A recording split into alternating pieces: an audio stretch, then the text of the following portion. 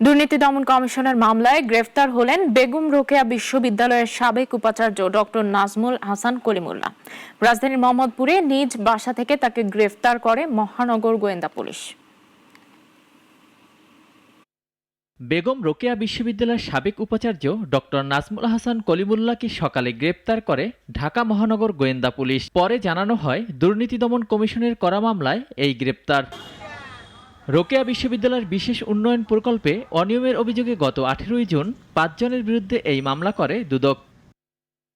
তবে বিশ্ববিদ্যালয়ের প্রশাসনে থাকা অবস্থায় তার বিরুদ্ধে ওঠে একাধিক গুরুতর অভিযোগ।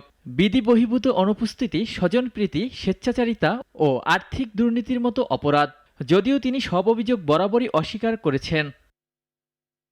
তবে বিশ্ববিদ্যালয়ের শিক্ষক, কর্মকর্তা ও কর্মচারীদের সংগঠন অধিকার সুরক্ষা পরিষদ প্রকাশ করেছে তার অনিয়ম ও দুর্নীতির বিস্তারিত তথ্য।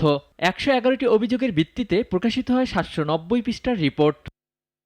উপাচার্য থাকাকালে তার বিরুদ্ধে অভিযোগ রয়েছে ভর্তি পরীক্ষায় জালিয়াতি, ইউজিসির নির্দেশনা অমান্য করে জনবল নিয়োগ, শিক্ষক নিয়োগে স্বজনপ্রীতি, নিয়োগ বোর্ডে নিজে অনুপস্থিতি থাকা, আইন লঙ্ঘন করে প্রশাসনিক পদ দখল এবং ক্রয় প্রক্রিয়ার নীতিমালার চরম লঙ্ঘনের মতো কর্মকাণ্ডের। অধ্যাপক নাজমুল আহসান কলিমুল্লাহ 2017 সাল থেকে 2021 সাল পর্যন্ত বেগম রোকেয়া বিশ্ববিদ্যালয়ের উপাচার্য পদের দায়িত্ব পালন করেন। অলিউল রনি, নাগরিক, ঢাকা।